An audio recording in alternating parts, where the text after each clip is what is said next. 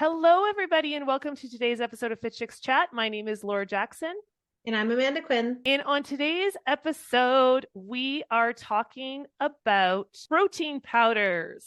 Yeah. I'm excited for this episode. I feel like we haven't done kind of one of these, I don't know, like not educational, because we're always talking about different things to educate on, but just really diving into, something that a lot of people are talking about. We always talk about protein powders, but it's one of these areas that I get so many questions on.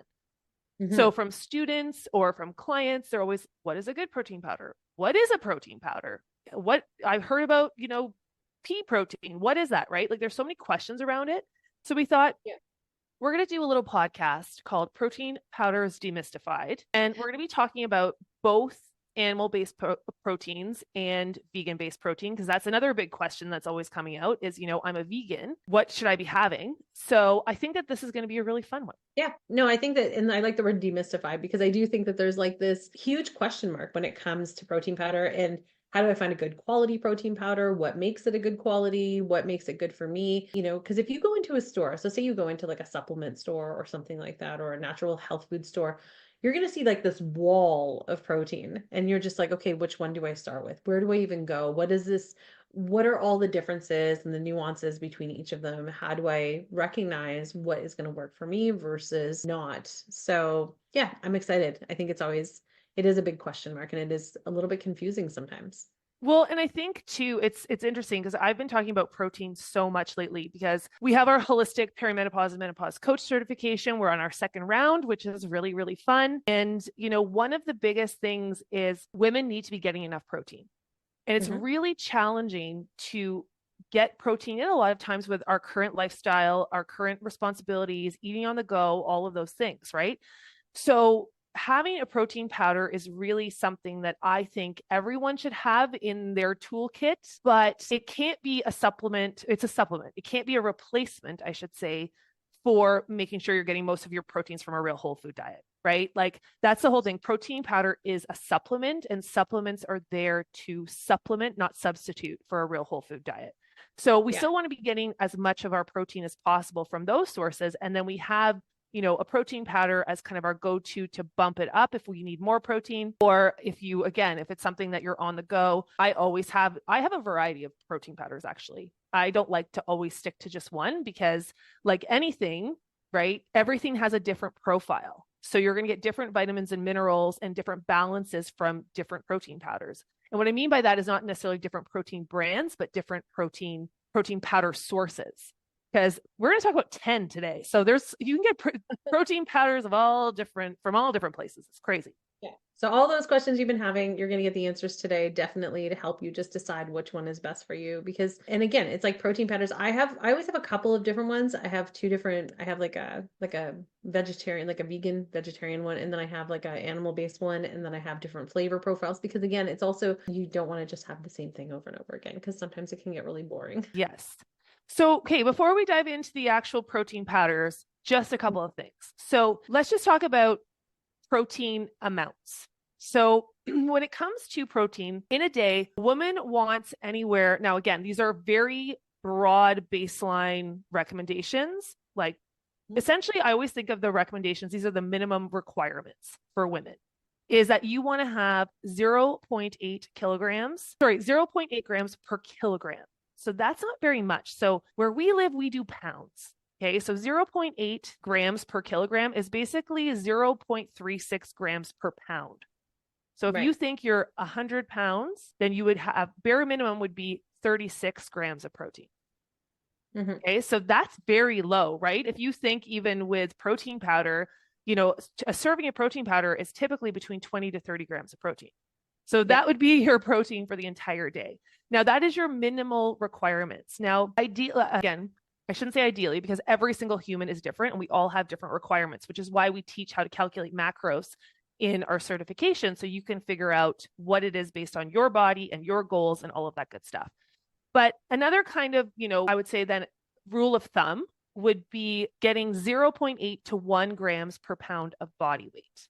Now, this is where things get a little funky for some people when you say that, because if somebody has weight that they need to lose or want to lose, then you would do it based on your ideal body weight. So say that you weighed 200 pounds and your ideal body weight was 150 pounds, then you would have 150 grams of protein would be your goal. Okay. So again, this is different per person. You got to see how you feel. Working with a coach is amazing. Working with a natural practitioner too. But for women, protein is so important because number one, as we age, we lose muscle mass very rapidly.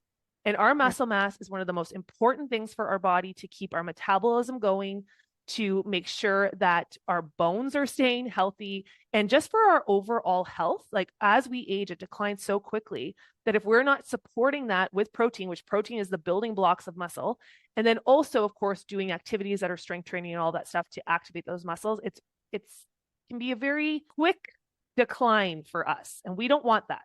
So we need to be getting enough protein from our diet to support our muscles, right? Because if not, our body needs to get energy from something, and it likes to break things down. Usually breaking down fat is not its favorite way to do it. So it breaks down muscle. We can lose muscle mass very easily if we're not supporting it. So those are kind of the numbers if you're thinking, how much protein do I need?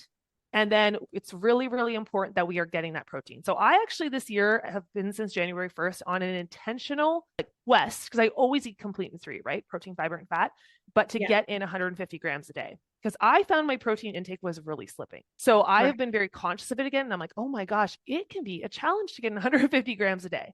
So again, why adding a protein powder is just a really easy way to boost that up. I was going to say, especially if you're using all natural, like if you're trying to do it all through whole foods, it can be really hard. I know, I've been put on meal plans and things like that where they were like, oh, 6 times a day, eat chicken and stuff. And I'm like, I cannot. You're like, I can't eat any more chicken. That is way too much, right? Whereas if it's like supplementing 2 of those meals with a protein powder, as opposed to having to have 6 meals, it's like I can have 4 meals and then a protein drink. That works, right? So it's finding it's almost like finding the roadmap that works best for you, right? You have to try to figure out, once you know the number, then figure out what does that actually look like? Because I think you'll all also be very surprised when you look at it and you actually look at the number that you want to hit versus how much you're actually eating. I feel like that's such a huge eye-opening moment for most people to see, like, oh my gosh, I'm only getting like 50 grams of protein a day. My ideal would be 150, right? I think that happens more times than not. I feel like there's not often times that people are like, oh, I've surpassed my protein intake every day and I'm constantly eating protein. It's usually on the lesser side, and we think that we're eating a lot more than we actually are. Well, and it's so true. And this is something that, in our certifications, part of the nutrition assignment, the first thing is to do a food record with your clients, right? To get an idea, because you can't change what you don't know. And every student is always so shocked when they are looking at their current landscape of either where their clients are eating or what they're eating, what their actual protein intake is. Because they're like, I thought I was eating a lot more protein than I was. Now, again, there is not one perfect, I'm not saying everyone should hit 150 grams, or because again, we're so unique and different. And also people respond different to different dietary styles and strategies and things like that. But I always think it's really fascinating to do that. So if you're curious, just track yourself for 3 to 5 days and be like, how much protein am I currently eating? No judgment, no whatever. Just if I didn't change a single thing right now, where would I be at on that list? And then we could look at ways to increase it. So let's dive in then to demystifying some protein powders. So the reason we wanted to talk about these, again, is just to help to bring some understanding to what are the different types, what are the definitions of them, and then what are some considerations. Because this is a question I get asked a lot, is this a good protein powder? And my answer is always maybe, because what is good for someone's digestion might not be good for others. For someone's way that they eat, their beliefs might not work for others, right? So if we break this down, hopefully it will give you a starting point. And secondly, if you are already using a protein powder and maybe had a bad experience, you'll be able to switch to something else or know there's other options out there. And if you're a coach, this is a really helpful podcast too for your clients, because they will be asking you, what is a good protein powder?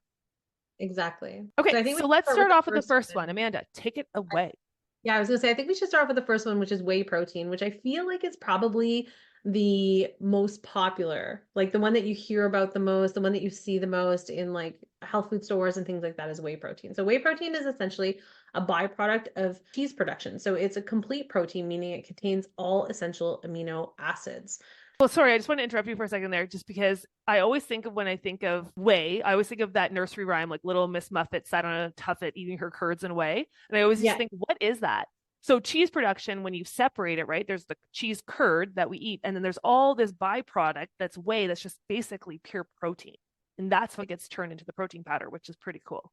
it is pretty cool. And the thing that's really great though about whey protein is that it's known to be quickly absorbed in the body. So it's a really good protein if you're using it for like post-workout recovery because the body is going to take it in and absorb it really, really quickly, as opposed to other ones that are a little bit more slow digesting, which we'll talk about in just a minute. And whey protein, of course, comes in different forms, right? So you can have whey isolate, which is a higher protein content with minimal fats and carbohydrates. And then you have a whey concentrate, which contains more fats and carbs.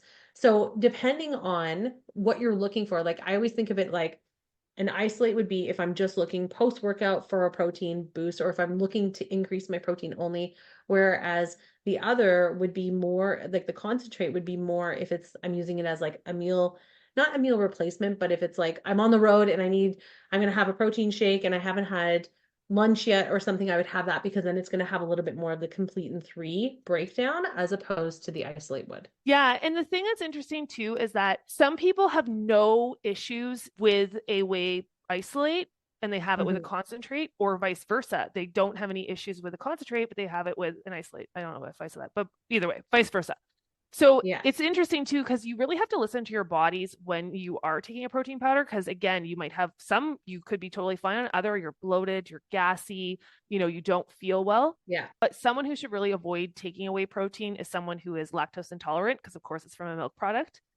Also, of course, if you are vegan. So any of these animal-based proteins you would not be having if you are on a vegan diet or if your clients are vegan. However, if you're on a vegetarian diet, if you're a lacto vegetarian, then a lot of times whey protein will still be something that could be on your plan.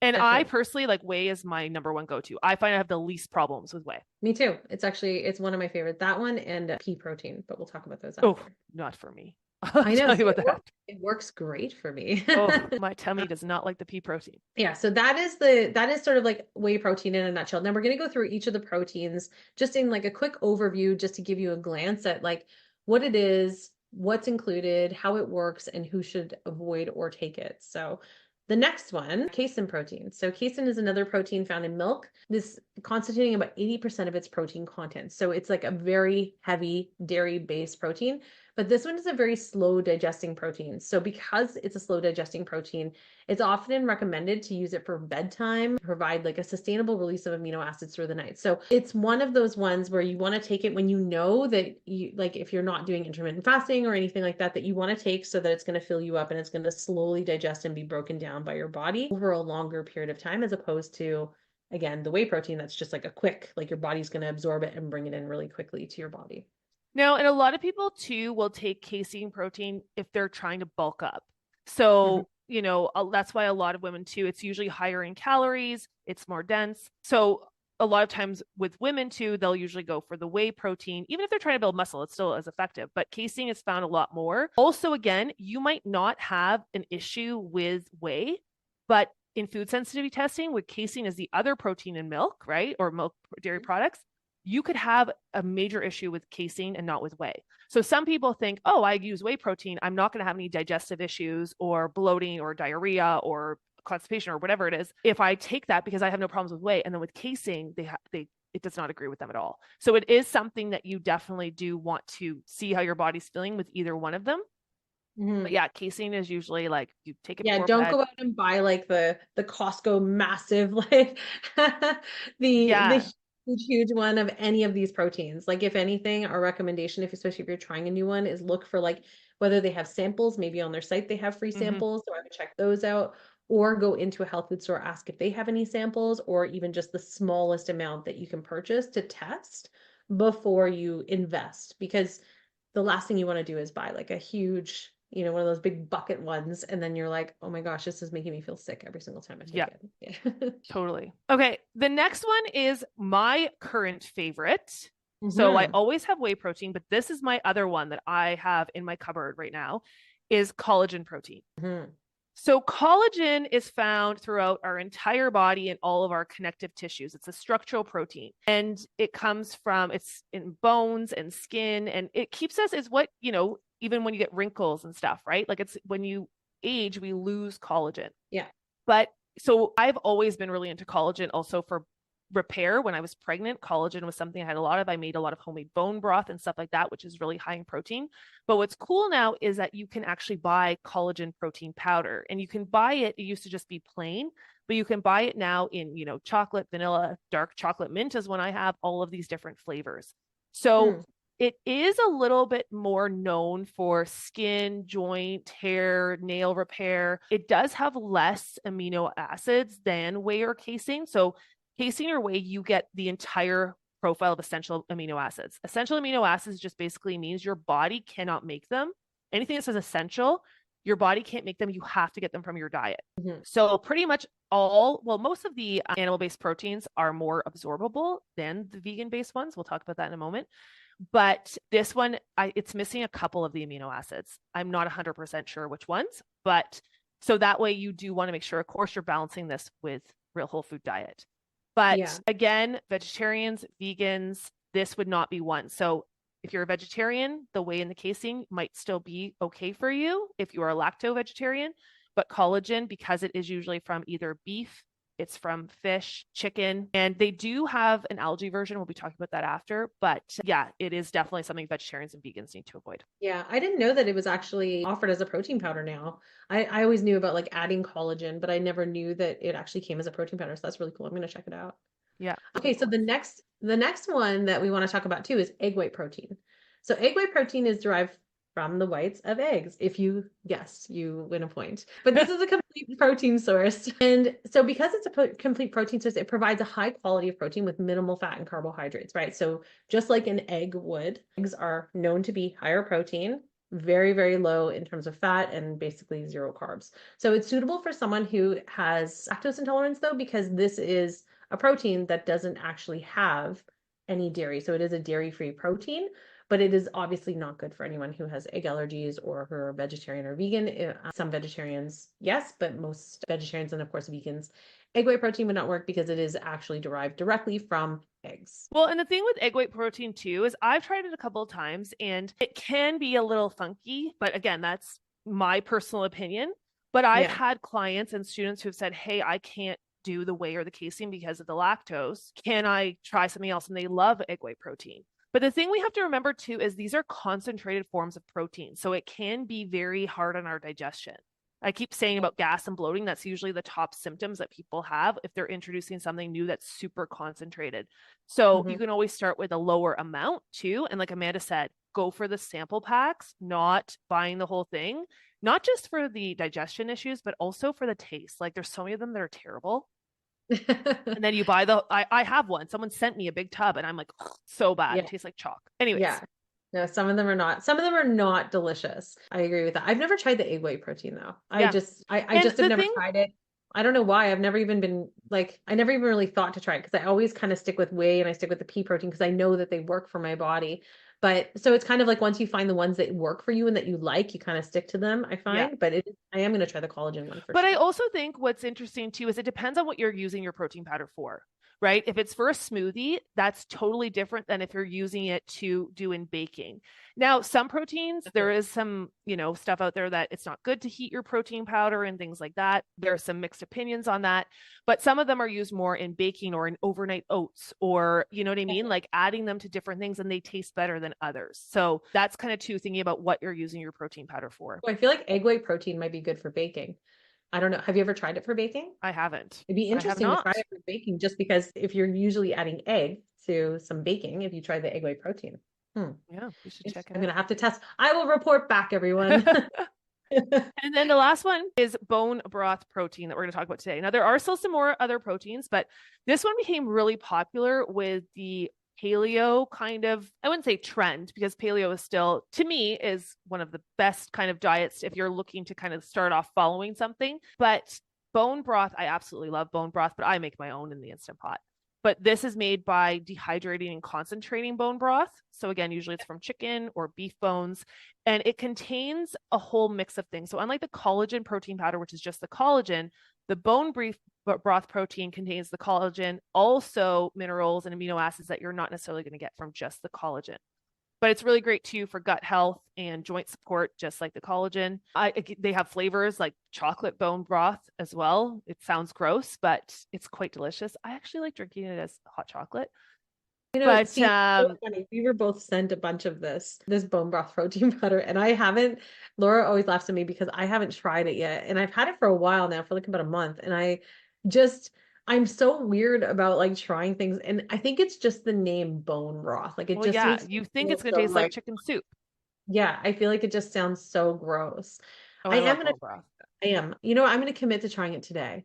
I'm going to just do that. But Again, reporting back next week with all of my findings on protein powders. so before we move on to the vegan options, so these are Mhm. just five. These are our kind of top five that are really popular right now, and we're getting a lot of questions about.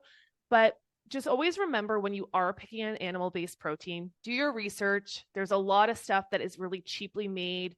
There's a lot of stuff with additives in it, like a lot of fake sugars. Make sure you're reading your labels about, is this a protein powder that's in line with your goals? So some will be low in carbohydrates, some will be higher in carbohydrates. So if that's Yeah. something you're looking to balance out, if you just want to get it for the protein, not the carbohydrates as well, make sure you're reading those labels. Get ones that are not full of fake sugars like aspartame. And a lot of these too will have, again, those different flavors, but they'll have a natural version as well. So you can flavor it in your smoothie with your own fruit or, whatever it is. I add cocoa powder into my smoothies sometimes. So just make sure you know the sources though too, because some of cheaper, or I should say too, more expensive does not mean better. Yeah. But there's a lot of cheaply made huge tubs at Costco and things like that might not be the best investment for your goals.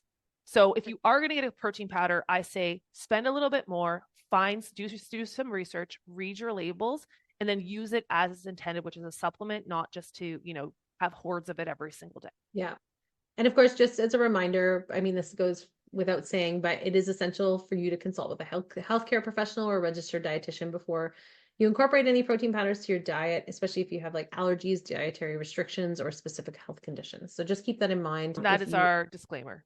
Yes, exactly. Before we get into now our vegan protein options. So it's funny because I just had a class in our holistic menopause certification, and the questions were around protein powder. And they were saying, have you tried any vegan protein powders that taste really good? And I was like, I haven't. And I'm not trying. I know there's so many options out there and I'm still open to trying new ones, but I have not found one that tastes really, really good, it's not somewhat chalky or disrupts my tummy. Oh my gosh, I have to disagree. I have one protein. It's actually a hemp protein that I love, and it's so good. I'm not going to say the brand. I mean, I can. It's called Hemp, yeah. And it's by Manitoba Harvest, and I really like it for the hemp protein. Manitoba Harvest, shout out to our Canadians. We have kind of been crossing paths with them for so long. Yeah. I remember being Yeah, so they sent me a bunch of it to try, and I really like it. Like it's so good. It's so smooth. It's really nice. So not affiliated. I'm not in any way going to benefit from this. I'm just sharing that if anyone is interested in trying like a hemp protein, it's really good. But well, let's interestingly start enough, with that one though. That's on our list. Hemp protein. yeah. Okay, yeah. So hemp is basically a protein that's made from hemp seeds, right? And it's a good source of omega-3 fatty acids. Hemp protein contains fiber, healthy fats, a variety of minerals. It has like a little bit of a nutty flavor. Again, I find that the hemp protein is one that just tastes really smooth to me. It tastes really clean. It's like easy for me to digest. I haven't had any digestion issues with it. However, interestingly enough, there's a lot of people that find out that they're actually allergic to hemp without knowing that they're allergic to hemp. So this actually happened to my brother-in-law. He didn't realize that he had a hemp allergy because it's not common, and hemp has been like something that we've had in the world, but it's something like in terms of dietary supplementation and things like that is a little bit more new. And so he started having it and having allergic reactions. So just again, as you know, we've been saying, like just keep in mind, like if you're trying anything new, just see how your body's reacting and how it's feeling. This was just like mild reaction, but it actually just got worse and worse as he was using it. So because his body just couldn't handle the load. So just keep that in mind. But yeah, hemp protein for the Well, the win thing for with hemp vegans. protein, Nice one. it is good, but the only thing is that some considerations is that it is lower in protein than some I of was these going other to say that. options. Yeah. It So, is definitely like from a whey to a hemp protein is very much like and it's even compared to some of the pea proteins and the soy yeah. proteins that are out there, is that, you're looking at, I believe, from a serving like 11 to 14 grams on the average for hemp protein per serving, whereas it's 20 to 30 so you'd have to have a lot more, which would then mean more calories too. So again, if weight loss is your goal, that would not necessarily be fun if you're looking for it to really boost up the protein content, right? But like Amanda said, there's other benefits. Hemp seeds are a great source of omega-3 healthy fats, like fatty acids. So that's a great way to get that in. And then also fiber. So if you're looking to increase your fiber content, it could be a really good one. Definitely. Next one is not my favorite, pea protein. A lot of people use pea protein in baking because it can be very dense and take on that kind of bready like consistency. But Yeah. it's extracted from yellow peas and it is a complete protein, meaning that it has all of the essential amino acids. Now, the only thing is that when it comes to vegan proteins too, they typically they are less inflammatory, which is interesting. So we want to always keep our body as least inflamed as possible. So they are less inflammatory, but they're less absorbable than the animal-based proteins. So usually you need to have them with other things. Pea protein, though, for most people, not me, is easily digestible. And it has a texture that's similar to a lot of people find to the whey protein. Again, not been my experience. So I need to try some different ones. You need to just try a different brand, maybe. I think of the most popular one or a blend. Like a lot of people are doing a blend of different vegan proteins together. But pea protein is always in it. Yeah. No, but I've liked the pea protein. I've had some good, like, I don't know, maybe I need to send you some of mine so you can try it. Yeah, send it over. I'll be open to trying it again. But great for vegans, obviously, and vegetarians. And anyone who is vegan or vegetarian, or if you have any like soy allergies, or if you're trying to avoid soy altogether, the pea protein is a really great option for you. Now, speaking of soy, that's the next one on our list. We have soy protein. So soy protein is derived from soybeans and is a complete protein. Soy protein is versatile, commonly used in various plant-based products. It's rich in amino acids and has been associated with other health benefits. So soy protein is essentially like the soybeans that you can eat. It's literally derived directly from that. I personally, myself, for my own diet, I try to stay away from a lot of soy. So I haven't really tried any of the soy proteins. Have you tried any of them, Laura? So I don't know. I can't speak for my own. So I also, and the reason is not that soy is bad. So soy is a really hot topic, right? In the nutrition world, because there's a lot of information for pro soy as a phytoestrogen, which is a food that acts as an estrogen in our body as our estrogen declines. But then there is a lot of against soy because it is literally fillers in so much of our food that we're being exposed to so much soy. And as women, it's a phytoestrogen. So it can be good for some women and not good for other women because there's hormonal effects that happen when we have too much soy. So to me, I always think if there's other options that I could have, right? Like if I'm a vegan and I could have pea or hemp or other stuff, I'm going to go with those instead of adding more soy into a diet, especially if you are a vegan, you're already having a lot of, any vegetarian soy-based products, tempeh, tofu even, which are, healthier forms of soy you're probably getting enough soy. So I would not do a soy protein on top of that. And that's just it. That's it for me. Yeah, no, and that's why I try to avoid it as well, because as you know, like when I was doing all of the testing and everything with Dr. Cheryl Allen, like my estrogen was so high that adding soy was just not a good option for my body, being that we were trying to lower my estrogen. So we're really just trying to avoid any kind of soy products whatsoever. But if you are going to do any type of soy, just make sure it's organic. Again, do your research. If it's cheap soy, you want to make sure it's GMO free. Like those are the things I would be looking for if you are going to go with a soy. And again, it depends on what season you are in life, because sometimes we need some more phytoestrogens to boost things up, right? So it's like, that's the things I take into consideration. Agreed. Okay, so the next is brown rice protein. So this is just what it is. It's extracted from brown rice. All the vegetables are very much like what it's titled is what it is. Yeah, it's often extracted through a fermentation process. So the thing with brown rice is it's hypoallergenic. So a lot of people can digest it a lot easier. Again, that is person to person. I always say like broccoli could be a superfood for someone and it could be someone's arch nemesis if you have IBS, right? Like I don't ever like to blanket state that some foods are easily digestible. And it's like, well, why is it not easily digestible for me? Well, that's just every human is different. Like their digestive system is going to take something, and that's why, like for you, pea protein doesn't work. Pea protein works well for me. Well, and the other thing that's so fascinating, I don't want to go down this rabbit hole, but we talk about this in the holistic nutrition weight loss coach certification. We talk about gut health, and our gut is full of these bugs, right? And they feed off of what we eat. But these bugs, there's all different types of them, and they're based too, and they change based on what we're feeding them, and they shape shift over time, and different bugs are introduced and all this stuff. So if you've never had a food before, sometimes the bugs in your guts are like, what is this? And they get really, right? Yeah. And it's only because it's brand new to them. So it doesn't mean that it would be that way if you had introduced it over a period of time. But sometimes, it's the same thing. I was talking to a girlfriend who says, I can't digest meat. And I'd had a long conversation with Corey Rabi, who's our instructor in that section, she's amazing when it comes to gut health. And a lot of times it's because of the not enough exposure to it. There might not be enough stomach acid, or again, the microbiome is just, it's not a microbiome digesting bug set. Do you know what I mean? So it's just interesting. So if you are going to start any of these and you do want to try them, like I said, just start slow, and you might find that after a week you're fine. Definitely. I know, but even if you think about like even with like with babies, right? Like you don't just go from like weaning them off of like nursing or milk to like all of a sudden just introducing like here's a whole apple, right? Like you're gonna give them like little pieces of things, and you slowly introduce it so that their body can absorb it, which is why you're supposed to just give like small portions of little things and like different tastes of different things to help them build that gut health so that they can start breaking things down properly and absorbing it properly, as well as their body starts understanding what's happening within their guts. Yeah. So brown rice it's a really popular one. There's a lot, and again, they're in a lot of blends. So pea and brown rice together. But the last one we're going to talk about, which is interesting, is pretty new to the market, is algae protein. Yeah. So I was saying there's also algae collagen, which I have not tried, so I can't really speak too much to. But it's protein that's derived from algae and seaweed, essentially. Yeah. Right? Have you tried this one?